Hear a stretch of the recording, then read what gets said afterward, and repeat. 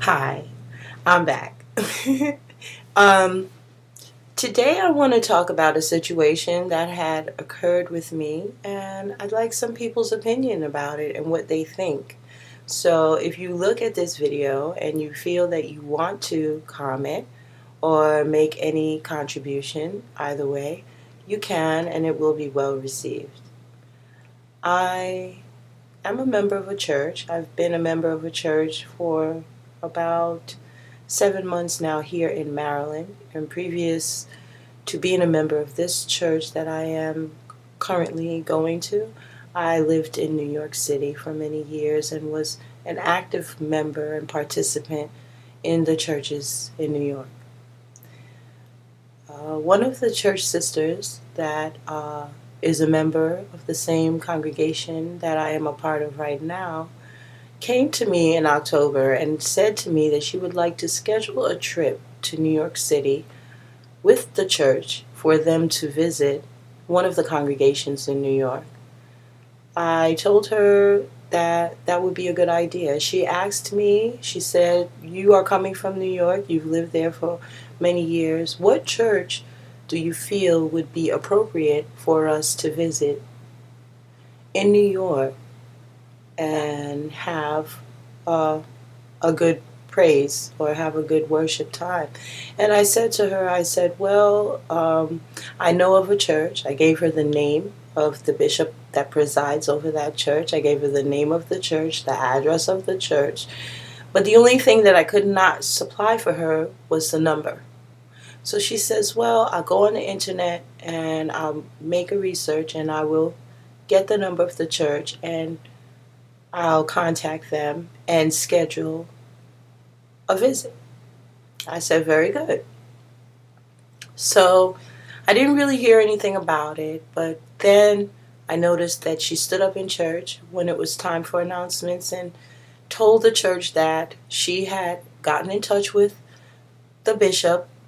The information I had given her was successful. She got in touch with the bishop and she was scheduling a trip to this church. She chose 5 people to take with her. I was not one of the people that was invited.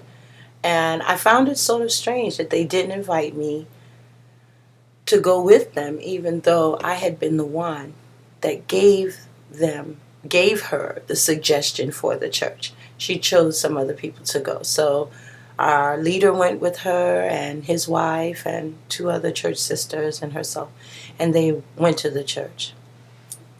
Now, today is January 2nd, and I gave the message about the reflection. Everything that we have been doing in our lives will be reflected back onto us, because 2010, the 1 in front of the 0, man in the mirror, that type of thing. So here it is, January 2nd. I call a pastor that I know very well in New York to talk about some other business, not related to church business, but I called her on a different venue. We got to talking, and the conversation led up to the fact that she was at the church when the members of my church went to visit. And I said to her, I said, yes, I was the one that told them that they should visit that church. I told the sister to come to see that church and to come and visit. She says, oh my goodness, sister, what do you mean? The lady stood up. Now, this is the woman who had asked me what church to go to, and I gave her all the information. According to the pastor that I talked to today, she told me that this woman stood up to the congregation and told them that she had received a revelation from the Lord, and God had said to her that she should visit that church, and she didn't know how to get there or what to do. And she went to the Yellow Pages, and that's how she found the church. So everybody who was there the day, they were under the impression that she had gotten this revelation from God, and that's how they showed up to the church. She never once mentioned that I was the one who told her about the church, that I was the one who suggested that she had asked me what church should she go to. And I made that suggestion, and I told her all about the bishop and everything. And I was talking about it for quite some time during that time when they were preparing to go. And I was saying, yes, I know Bishop Lewis very well. And, when you get there, tell her that I said hello and everything like that. And I even went as far as to tell them that to tell her that when she goes to the church, please mention me and tell the bishop of the church that I said hello, because the bishop of that church happens to be a very good friend of mine. So today the pastor was in shock. She could not believe that the woman had come to the church and lied to the congregation, made it look like as if she had had a spiritual revelation from God, and that is how they ended up there. Furthermore, the leader for my church had no idea that I had told her about the church, because when she was talking to the current bishop of the church that I belong to now, she never mentioned that the way she had found out about that church was through me. And he had no idea.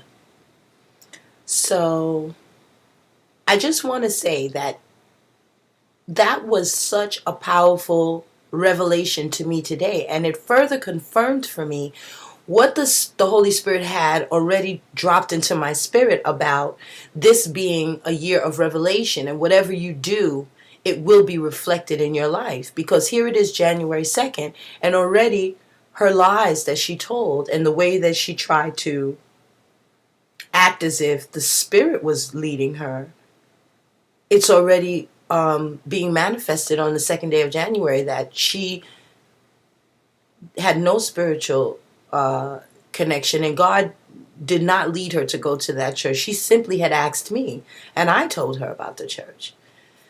So it just makes you look at people differently. And I don't know about some of you that may watch this or are on YouTube, but I have a tendency to start to shy away when I see that people are fighting to be noticed. People are fighting for power in the household of faith. I kind of shy away from that. Once I see that type of situation occurring, I withdraw myself because I don't have any time for that. And furthermore,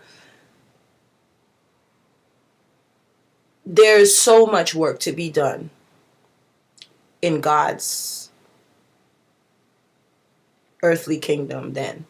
In God's work, in the field of work and doing the work for God. There's so much work to be done that if you just hold on and let the Spirit speak to you, you would find your purpose, So doing things like lying on the Spirit and pretending as if, the Spirit is using you and it's not, that's not even necessary, because if you just hold still and wait, God will reveal to you what it is that you are supposed to be doing and what is your purpose and what is your manifestation.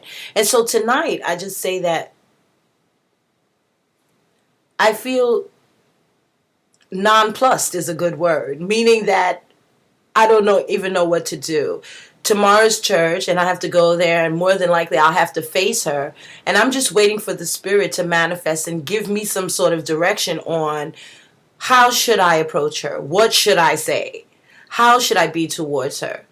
But the penultimate thing that I've received so far, when I had consulted God and I prayed about it, the revelation that I received was, we're nothing without God. So just remember that we are nothing without the Lord.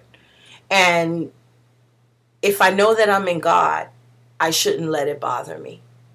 I shouldn't let it bother me. And so I'd like to hear your comments. I'd like to hear what you have to say. And so I'm just throwing it out there and praising the Lord. Thank God.